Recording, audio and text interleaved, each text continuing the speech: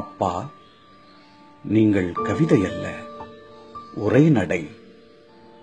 வர்ணிப்புக்கானவர் அல்ல, வாழ்க்கையின் யதார்த்தம். அச்சாணியை யாரும் அள்ளி முத்தமிடுவதில்லை, நீங்கள் அச்சாணி. உங்கள் உருவம் கூர்மையான ஆயுதம், ஆனாலும் நீங்களே அந்த ஓட்டத்தின் ஆதாரம். உங்கள் கரிசனம் எல்லாம் கண்டிப்பு என்று தோன்றியது, உங்கள் சொற்கள் எல்லாம் முற்களாய் தெரிந்தது. கேட்டதையெல்லாம் வாங்கித் தராத அப்பா என்கிற குறை இருந்தது. எங்கே போனாலும் நேரம் பார்த்து கட்டுப்படுத்தும் அப்பா என்கிற எரிச்சல் இருந்தது. எதை செய்தாலும் நேர்த்தி எதிர்பார்த்த அப்பா என்கிற வருத்தம் இருந்தது. அப்பா, உங்களை பற்றி நினைத்த அத்தனையும் தப்பப்பா. நான் 40 தொடும்போதுதான் ஞானம் பிறக்கிறது. உங்கள் ஞாபகம் நெஞ்சை நனைக்கிறது. ஒவ்வொரு வீடும் அப்பாவை பெரும்பாலும் தப்பாகவே புரிந்து கொள்கிறது.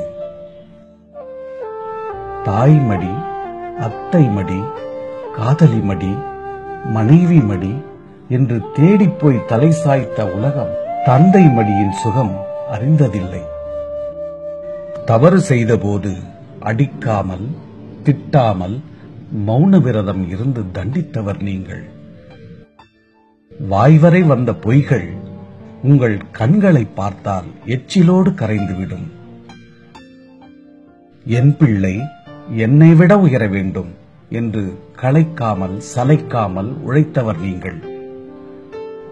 அலுவல் முடிந்து அழுக்காய்தான் நுழைவீர்கள், ஆனால் கரைபடியாத கரத்தோடு வருவீர்கள். ஆணியில் தொங்கும் உங்கள் சட்டை பையே வீட்டு வங்கி. அது குண்டாயிருந்தால் கொண்டாட்டம், அது ஒட்டி போயிருந்தால் கலக்கம். இருந்தாலும் சந்தோஷத்துக்கு பஞ்சம் வராமல் பார்த்து கொண்ட குடும்பத் தலைவன் நீங்கள். பக்கத்து வீட்டை பார்த்து நீளம் உயரம் தாண்டக்கூடாது என்று போதித்தவர் நீங்கள்.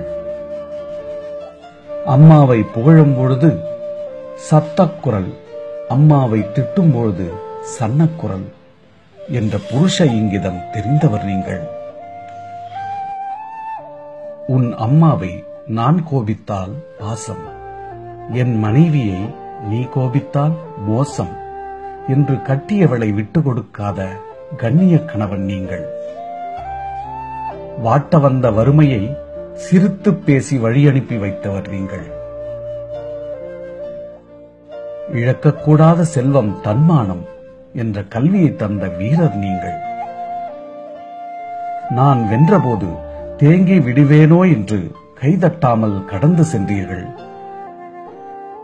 நான் தோற்றபோது வாடி விடுவேனோ என்று வாஞ்சையாய் அணைத்துக் கொண்டீர்கள். உண்மைதான் உன் சிபாரிசு கடிதம் என்று உணர்த்திய நண்பன் நீங்கள். ஒழுக்கம்தான் உன் முகவரி என்று என் நெஞ்சில் எழுதிய ஆசான் நீங்கள். எந்த தவறிலும் விழாதவர் நீங்கள், எந்த துயரிலும் விழாத வேர் நீங்கள். வண்டிக்கு எரிபொருள் கூட போட முடியாத சம்பளத்தில் எப்படி வாழ்க்கை வண்டியை வெற்றிகரமாக ஓட்டினீர்கள்?